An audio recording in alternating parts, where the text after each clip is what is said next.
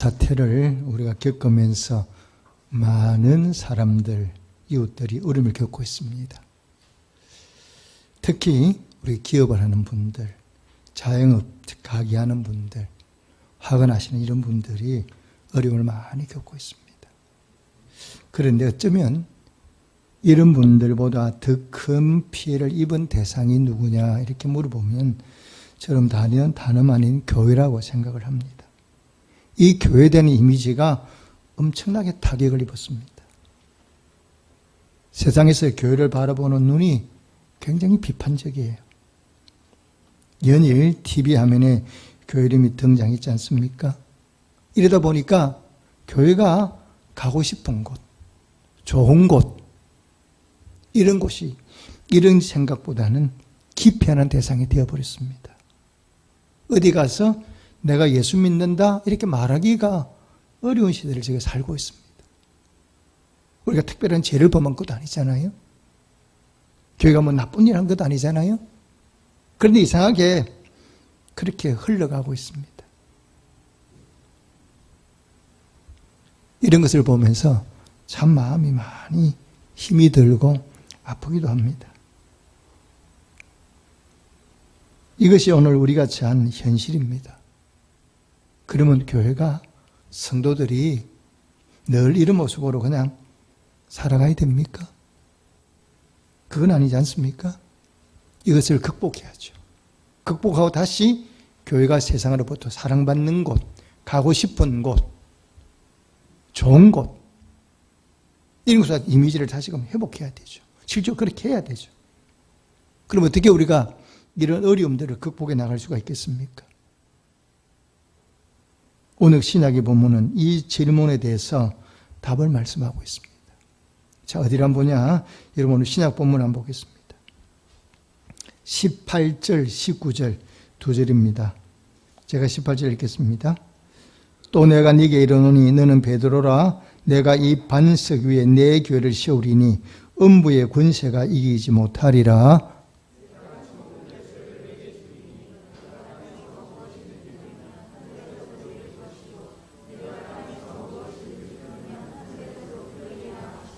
아멘.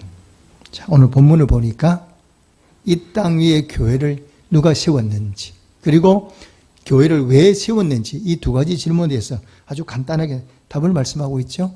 이 땅에 교회를 누가 세웠습니까? 목사가, 장로가, 일반 성도가 세운 것이 아니라 예수님이 말씀하세요. 내가 이 반석 위에 내 교회를 세우리니. 근데 교회를 세운 분이 누구라고요? 예수님.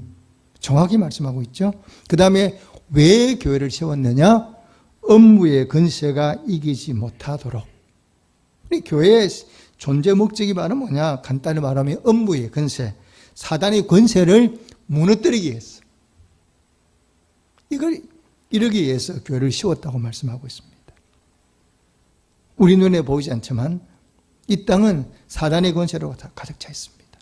그 사단은 끊임없이 우리를 유혹하고 죄를 범하게 만들고 예수 믿지 못하게 만들고 우리 영혼들이 지옥 가게 만들고 아무 소리 소문 없이 우리의 마음을 무너뜨리는 존재가 누구냐? 바로 이 사단이죠. 수많은 사람들이 이 사단의 권세 앞에 눌려서 살아가고 있어요. 우리가 살아가는 이 세상은 날마다 뭐냐? 영적인 전쟁터, 싸움터예요. 우리가 싸우는 싸움은 총칼을 가지고 싸우는 게 아니잖아요. 사단과의 싸움.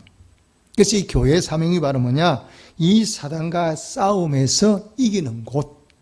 이것이 바로 교회의 사명이에요. 그래서 어떻게 싸워야 돼? 싸워서 이 사단을 묶어야 돼. 사단이 사단의 역할을 하지 못하도록 꽁꽁 묶고, 또 사단에게 붙잡힌 사람이 있으면 이 사람을 풀어서 자유롭게 만들고, 이것이 바로 뭐냐? 교회의 사명이에요. 교회 오면 돈 많이 벌고 복 받고 이런 게 아니라 말입니다. 그러면 교회가 이런 사명을 어떻게 감당할 수 있어요? 어떻게 사단을 묶을 수 있어요?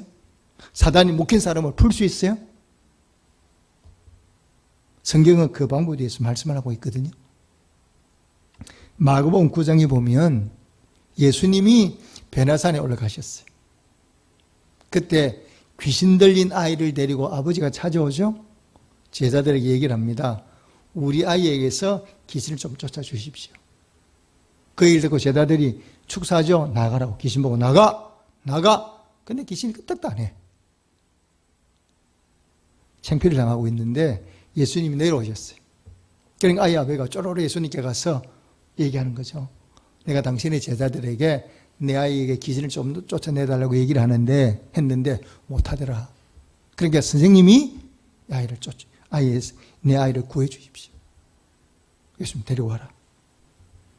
데리고 왔더니 예수님이 딱 한 번으로 나가! 이러니까 귀신이 싹 나가버렸어요. 귀신이 풀려났어요. 그 제자들이 이제 다 가고 난 다음에 예수님께 물어보지 않습니까? 예수님, 왜 우리는 귀신 보고 나가려는 게 귀신이 안 나가는데 예수님은 딱 한 번만에 나가 이러니 딱 나가는 이유가 어디 있습니까? 이렇게 물으니까 예수님이 뭐라고 말씀하십니까? 뭐라고 대답하셨어요? 기도 외에는. 딱 간단하게 말씀했어요. 기도 외에는 이런 능력이 나갈 수가 없다. 이렇게 말씀하셨거든요.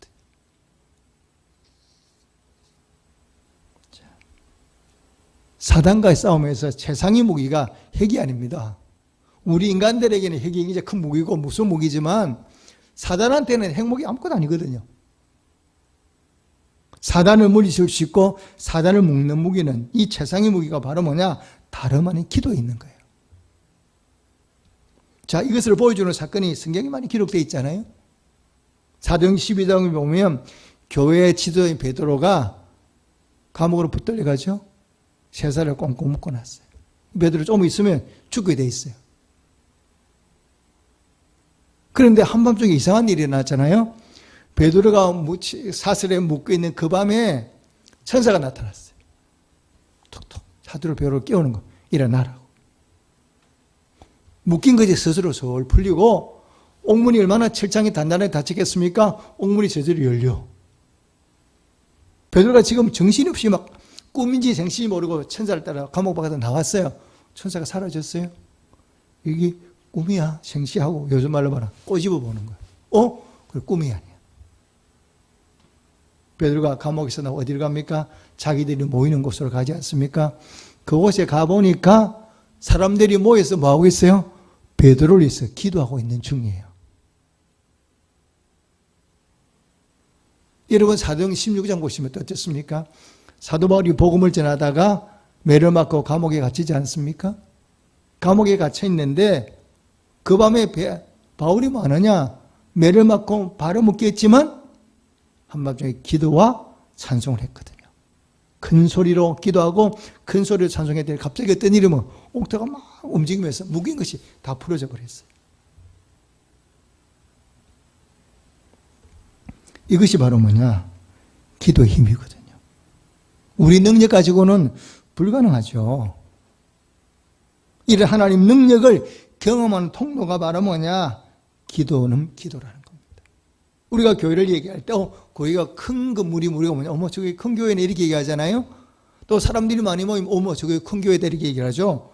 건물이 크고 사람이 많이 모이는 교회가 큰 교회 맞습니다. 그런데 건물이 크다고 사람이 많이 모였다고 능력이 있습니까? 사람이 많이 모인 것과 교회 능력하고는 다르거든요.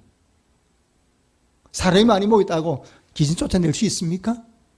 사람 많이 모였다고 어떤 기적이 일어납니까? 이건 아니잖아요. 교회 능력은 크기와 규모랑은 그렇게 상관이 없습니다. 간단히 말해 교회 능력이 어디냐?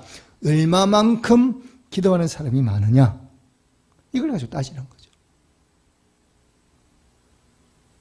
여러분, 우리의 위기가 찾아오면 그 위기를 어떻게 극복해야 됩니까? 그 위기를 극복하는 방법을 예수님이 보여주셨어요. 그리고 우리에게 말씀하셨어요. 자, 예수님이 가장 큰 위기가 바로 뭐냐? 십자가 지는 거였잖아요. 이제 십자가 지셔야 돼요. 근데 그 일이 얼마나 큰 일인지 예수님이 아시잖아요. 예수님이 겟세마네 동산에 가서 주님 예수님이 기도하셨지만 그때만큼 간절하게 기도한 적은 없죠. 얼마나 기도가 간절했는지 예수님이 기도하면서 땀을 흘리시는데 그 땀방울이 무엇과 같다 그랬어요? 물방울이라 그랬어요. 그만큼 간절하게 기도하신 거죠. 그런데 예수님이 제자들 보고 기도해라 그랬는데 제자들은 가버리고 뭐냐? 자고 있는 거예요. 이런 제자들을 보면서 예수님께서 뭐라고 말씀하셨습니까? 딱 한마디 하셨죠. 시험에 들지 않도록 깨어 뭐라고요? 기도하라. 이렇게 말씀하셨거든요. 여러분 우리가 신앙생활을 하다가 왜 시험에 듭니까? 여러분 시험에 안 드신 분이 있습니까? 우리가 신앙생활 할 때 뭐 시험에 들잖아요. 근데 왜 시험에 드느냐? 예수님 말씀하셨잖아요. 깨어 기도하지 않으니까 시험에 드는 거예요. 깨어 기도하면 시험 들 수가 없습니다. 깨어 기도하면 사단이 우리를 시험에 들게 할 수가 없습니다. 우리를 시험에 들게 만드는 대상이 하나님이 아니라 사단이거든요. 그런데 우리가 깨어 기도하면 사단이 우리에게 우리와 싸움에서 질 수밖에 없거든. 우리가 기도하지 않으니까 어떤 일이 벌어져요? 우리가 죄를 범하고 기도하지 않으니까 생각이 뭡니까? 깊지 않고 지금 내가 하는 일이 이게 바른 길인지 아닌지 분별도 안 돼. 그러니까 죄를 범하게 되고 하는 일이 뭡니까? 잘못하다 보니까 요거도 먹게 되고 그 대표적인 존재가 누구냐? 사사기에 나오는 삼손 아닙니까? 삼손은 이스라엘 백성의 지도자예요. 요즘 말로 하면 대통령이에요. 그런데 이 삼손은 태어날 때부터 뭐냐? 나실인 아닙니까? 술을 먹으면 안 돼. 거룩해야 돼. 그런데 이 삼손이 기도하지 않으니까 어떻게 돼요? 드릴라라는, 즉 그것도 자기 나라가 아니고 적국의 여인에게 마음이 쏙 빼앗겼어. 그리고 여기가 하자는 다 해. 그리고 결국 뭐냐? 머리털이 잘리우고 두 눈이 뽑히고 요즘 말로 하면 감옥에 들어가서 짐승처럼 맷돌을 돌려. 이게 삼손이에요. 왜 이런 일이 벌어져요? 기도하지 않으니까. 정신 차리지 않으니까. 깨어있지 않으니까.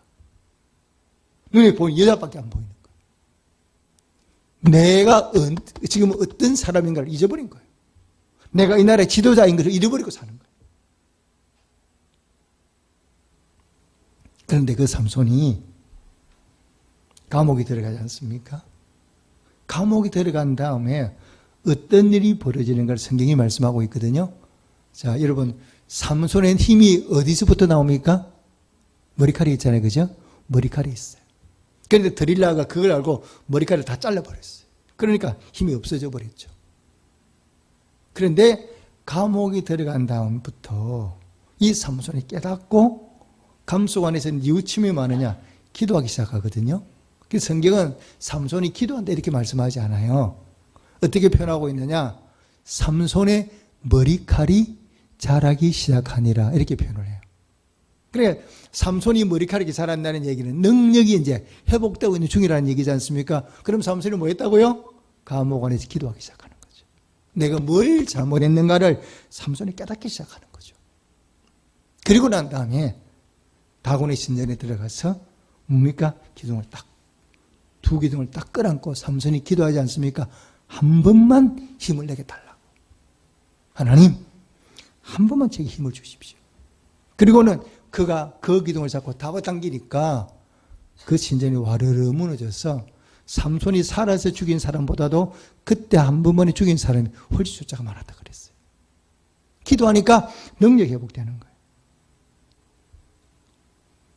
여러분이 예수 믿는 사람답게 얼만큼 능력을 가지고 계십니까?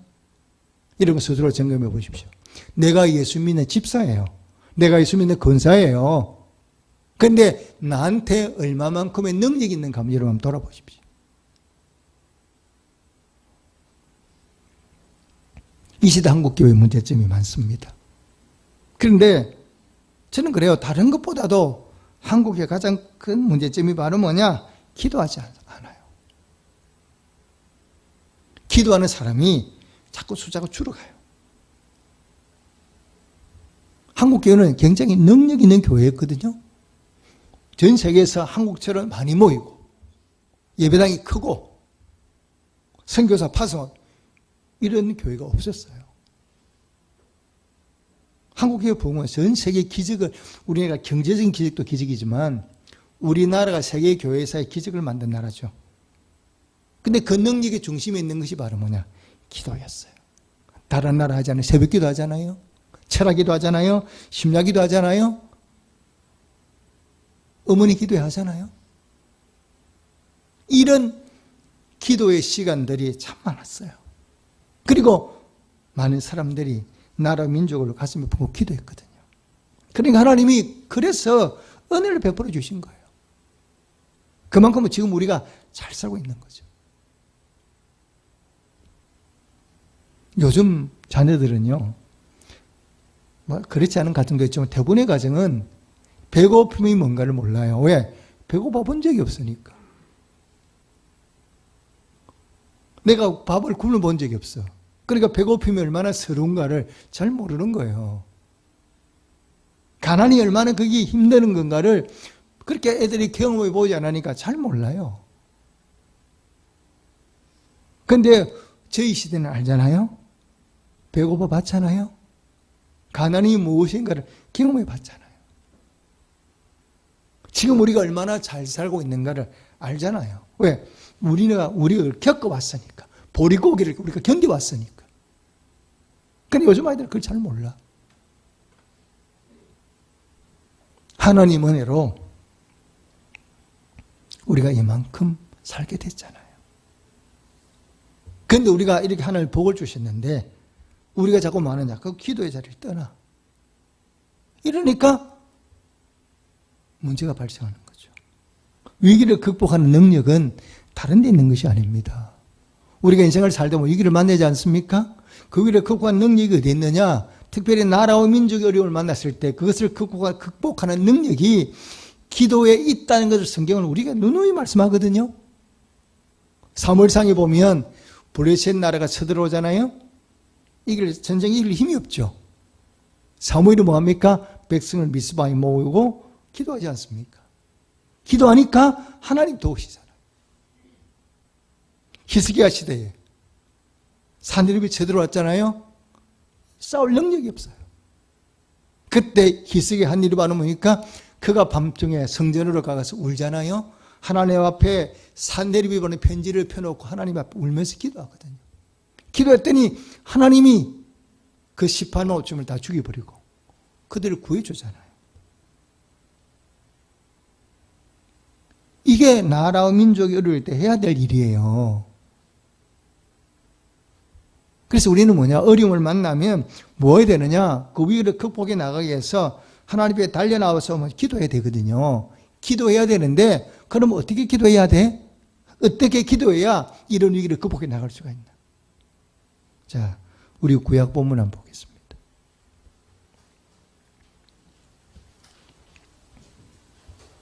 구약 본문 19장 29절입니다. 소돔과 고모라 성이 이제 멸망당하지 않습니까?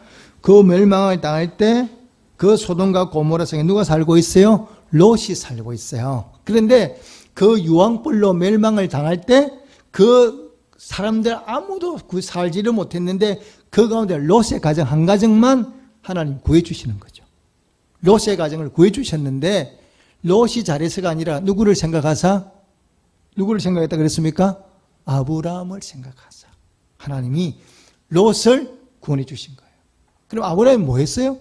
아브라함이 뭘 했길래 하나님이 아브라함을 생각한 거죠? 자, 한번 앞서서 18장을 펴보십시오. 18장을 펴보면 소돔과 고모라가 멸망당할 때 아브라함이 한 일이 뭐냐? 기도하는 거예요. 하나님, 그 소돔과 고모라 성에는 의인도 살고 있을 겁니다. 그런데 그 악인들과 의인을 함께 죽이는 게 맞습니까? 그게 불가한 거 아닙니까? 의인들을 봐서라도 그 성을 용서해 줘야 되는 거 아닙니까? 이렇게 하나님께 매달 기도해요. 그 하나님이 아브라함 기도도 좋다. 내가 네 말대로 네 말대로 하마. 그래서 아브라함이 제시하는 하나님 제시를 하는데 어떻게 제시하느냐? 이 성에 50명만 있어도 그 50명을 보시고 이 성을 용서해 주시겠습니까? 하나님이 좋다. 이렇게 얘기를 하잖아요. 이렇게 말씀하시잖아요. 근데 아브라함 생각해 보니까 50명이 안 될 것 같아. 그럼 몇 명으로요? 자, 보면 나오기 시작하죠. 자, 28절에 몇 명이라고요? 45명. 또 거기 안 될 것 같으니까 또 29절에는 또 뭐라고 말합니까? 몇 명이라고요? 40명, 30명, 20명, 10명까지 계속 내려가는 거예요. 10명만 있어도 내가 소돔과 고모라를 용서해 주겠다는 거거든요. 근데 10명이 없어. 결국 소돔과 고모라가 멸망을 당할 수밖에 없잖아요. 근데 하나님이 아브라함이 왜 그렇게 기도하는 걸 알잖아요. 그러니까 그 멸망을 당할 때 이미 아무 살아날 만한 게 뭐야 이제 조건이 없어진 거죠. 그 가운데 하나님이 긍휼을 베푸셔서 아브라함의 마음을 생각하시고 그 기도를 생각하셔서 멸망당하는 성에서 롯의 가정을 구원해 주시거든요. 이것이 바로 뭐냐? 중보기도의 능력이에요. 이 중보기도가 얼마나 능력이 있는가를 보여주는 장면이거든요. 우리 한 사람의 기도가 얼마나 중요한 걸 보여주는 거예요. 하나님이 아브라함이 그렇게 기도할 때 그때 그 기도 응답해 주신 것처럼 이 시대도 변함이 없어요. 우리 한 사람이 간절한 마음으로 기도하면 하나님이 우리 한 사람의 기도를 기억하시는 거예요. 그래서 우리가 기도해야 될 이유가 바로 여기 있는 거예요. 우리가 어려움을 당하면 우리는 어떻게 생각합니까? 힘들다, 어렵다, 하소연하잖아요. 불평하지 않습니까? 그런데 하소연한다고 불평한다고 해결되는 게 아니에요. 아무런 도움이 안 돼요. 어제 제 후배 목사님이 찾아왔어요. 와서 저한테 이제 하소연하고 간 거야. 어떤 하소연했냐? 자기 교회에 좀 어려움 당한 일이 좀 직분자가 있는가 봐요. 그래서 이 목사님이 그분한테 건면을 한 거예요. 나와서 기도하시라고. 기도해야 해결이 되지. 어떻게 하시겠냐고. 기도하러 나오시라 그랬는데도 이분이 이제 목사님 말씀을 듣고 안 나오는 거예요. 그래, 목사님이 답답한 거야. 자기 양이니까. 또 교회 중직이니까. 어떻게 나와야 해결이 되는데 새벽에 나와 좀 부르지고 좀 몸부림을 집어라 그래도 응하지를 않으니까 목사님 마음이 너무 답답하니까 저한테 와서 하소연하는 거예요.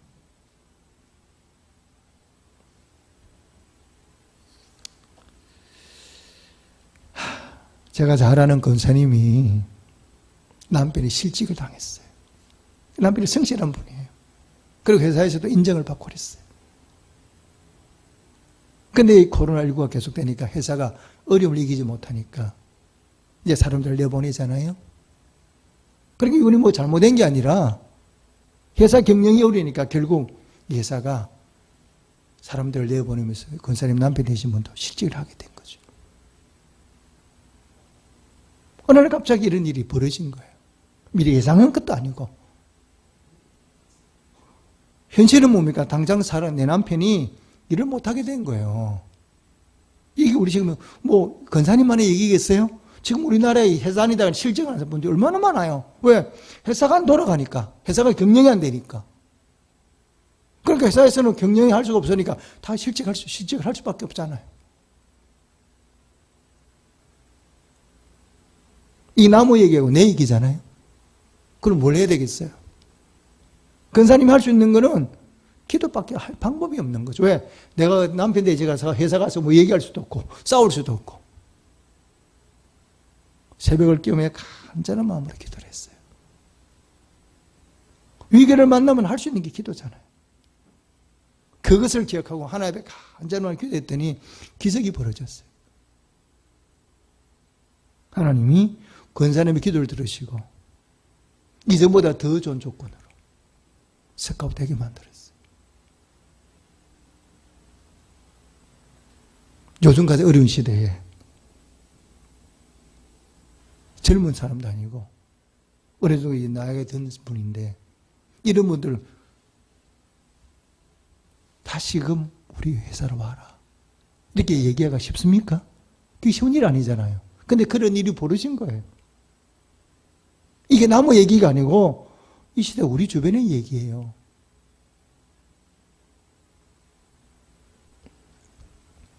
자, 우리는 하나님을 믿습니다. 저도 하나님을 믿습니다. 자, 여러분, 하나님을 믿는다는 게 구체적으로 뭘 말씀하는 거예요? 뭘 얘기하는 겁니까? 하나님을 믿는다. 그럼 믿는다는 게 또 하나님을 어떻게 믿어요? 뭘 믿어요? 하나님 보이지도 않는데. 그러면 하나님을 믿는다는 얘기는 더 다른 말로 표현하면 하나님이 약속하신 말씀을 믿는 거예요. 그러니까 하나님이 약속하신 그 말씀을 믿는 게 하나님을 믿는 거야. 왜? 하나님 우리 눈에 보이는 분이 아니니까. 우리에게 말씀만 하시는 분이니까. 하나님이 약속하신 거라도 지키시는 분이거든요. 그래서 하나님이 우리에게 뭐라고 약속하셨냐 이렇게 약속하셨어요. 구하라, 찾으라, 두드리라. 그럼 내가 뭐냐? 응답하겠다. 구하는 자에게 좋은 것을 주겠다. 약속을 하신 거거든. 그럼 믿음이라는 거 바로 뭐냐? 그걸 믿는 거야 내가. 내가 믿고 그대로 기도하는 거예요. 따라가는 거예요. 여러분 성경을 우리가 아는 것도 중요합니다.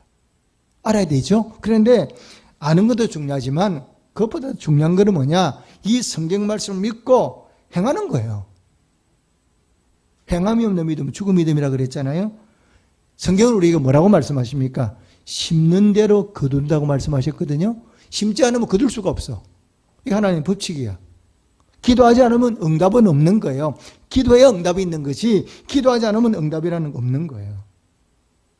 내가 응답을 받고 싶다? 그럼 기도 자리에 나와야지. 이 나라 이 민족에까지 온 것은 여러분 어떻게 온 거예요? 가난한 나라가 세계 주목을 받는 나라가 됐잖아요. 이거는 간단히 말하면 하나님 은혜죠. 그럼 우리가 아무것도 안 했는데 하나님 은혜 베풀어 주셨나요? 아무것도 안 했는데 가만히 있는데 하나님이 우리에게 은혜를 베풀어 주셨냐? 아니죠. 우리의 믿음의 선진들이 새벽을 오면서 밤을 새워가며 우리 할아버지, 할머니, 아버지, 어머니들이 그렇게 기도했잖아요. 기도하는 은혜 베풀어 주신 거지 아무것도 안 하고 있는데 은혜 베풀어 주셨나요? 그럼 우리는 자녀들에게 이런 뭘 물려주실래요? 우리의 아버지, 할머니들은 이렇게 기도해서 이 나라 이렇게 되도록 가난한 나라에서 세계가 주목받는 나라로 만들어 주셨는데 기도해가지고 그럼 우리는 뭘 자녀에게 물려줄 건가 한번 생각해 보십시오. 제가 잘 아는 권사님은 기억에 남는 이제 또 지금도 아주 기억에 또렷이 남아있는 장면이 있어요. 그렇게 간증을 하셨는데 어떤 일이 이거예요. 어릴 때 할아버지가 오신 거였어요. 외할아버지가. 그러니까 엄마의 이제 아버지잖아요. 그러니까 이 할아버지가 자기 집으로 방문해 오신 거예요. 오셔서 저녁을 먹고 난 다음에 할아버지가 이 권사님 보고 어릴 때 나랑 네가 다니는 교회를 가자 이렇게 얘기를 했어요. 그래서 이제 이 권사님이 외할아버지 손을 잡고 교회로 온 거예요. 그런데 교회 와보니까 시간이 좀 지나서 문이 닫혀 있는 거예요. 교회 문이 잠궈져 있는 거예요. 그러니까 안에 들어갈 수가 없어. 그러니까 그 외할아버님이 그 교회 문을 붙들고 울기 시작하는 거예요. 아버지, 제가 잘못했습니다.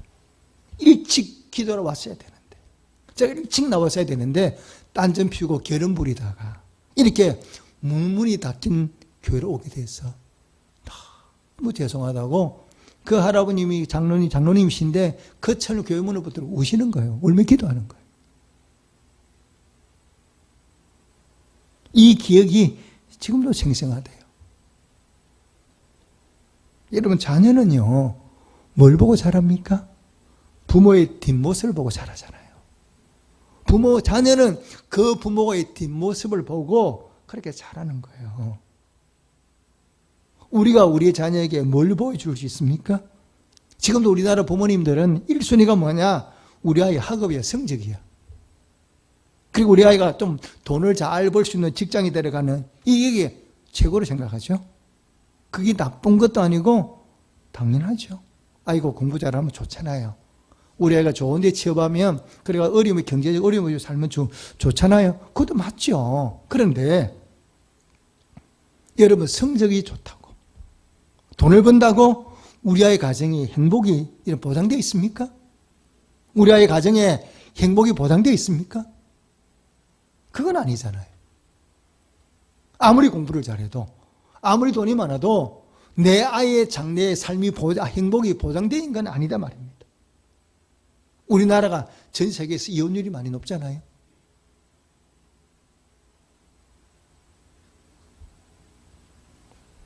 여러분 정말로 우리 아이를 사랑한다면, 정말 내 아이를 사랑한다면 우리 아이에게 뭘 줘야 되느냐? 이거보다 훨씬 더 좋은 걸 물려줘야 돼요. 그것이 바로 뭐냐? 우리 아이에게 하나님을 만나도록, 우리 아이가 믿음대로 살아갈 수 있도록, 우리 아이가 어려움을 만나면 하나님 기도할 수 있도록 만들어 놓아야 돼요. 그럼 어려움이 와도 여러분 위기 없는 가정이 있습니까?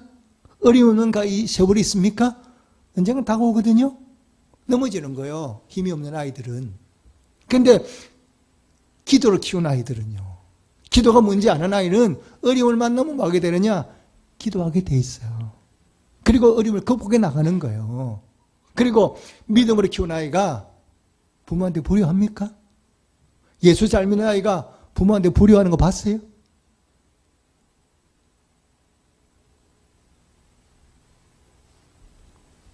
예수 잘 믿는 자녀들은요, 부모를 공경하라 말할 것도 없어요. 본인들이 부모를 공경하게 돼 있어요. 왜? 성경이 말씀하고 있잖아요. 늘 듣잖아요. 내 부모를 공경하라고. 그런 말씀을 듣고 자란 아이가 어떻게 부모를 공경하지 않겠습니까? 내 아내를 내 몸처럼 사랑하라고 그렇게 하나님이 말씀했는데 어떻게 그런 말씀을 듣고 큰 아이가 이혼합니까? 이게 나가지.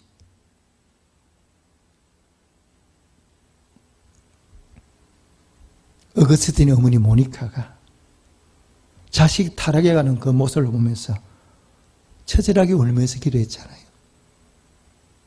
그런 모니카의 모습을 보면서 뭐라고 얘기했습니까? 기도의 자식은 결코 망하지 않는다 그랬어요. 기도를 키운 자식은 결코 망하지 않는다는 거예요. 기도하는 가정이 있으면, 기도하는 사람이 있으면 그 가정은 망하지 않아. 기도하는 사람이 있으면 그 기업은 결코 무너지지 않아. 기도하는 사람이 있으면 그 나라는 반드시 회복되게 돼 있는 거예요. 문제는 뭐냐? 기도하는 사람이 없는 게 문제지. 교회가 어떤 곳입니까? 교회는 다른 곳이 아니잖아요. 예수님 말씀하셨거든요. 내 집은 만민이 기도하는 집이라 그랬어요. 기도하지 않는 곳은 교회가 아니에요.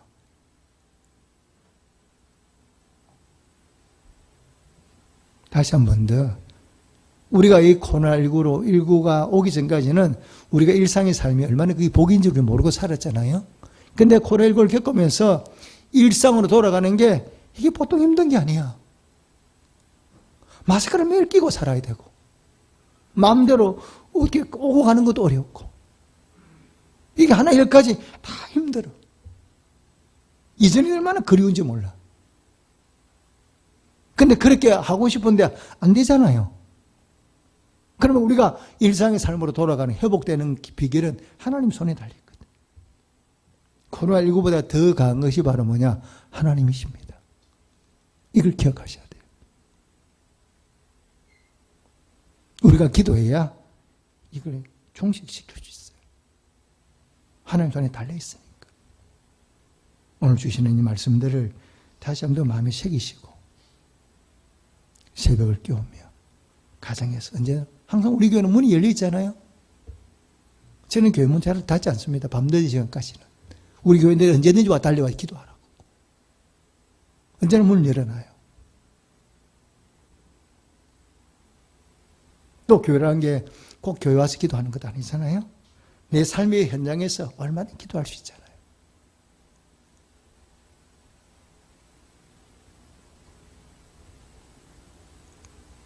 다시 한번 우리의 믿음을 점검하고, 어려울 때 내가 할 일이 뭔가? 예수 믿는 사람들이 기도의 자를 회복하는 것. 기도하는 것이 바로 나와 내 가정과 내 나라, 내 민족, 세계를 사랑하는 가장 큰 방법이에요. 이걸 기억하시고 모두가 기도 자를 회복하고 주님 앞에 달려 하나님 앞에서 기도하기를 힘쓰는 우리 모든 성도가 되시기를 주님의 이름으로 축복합니다. 아멘. 기도하겠습니다.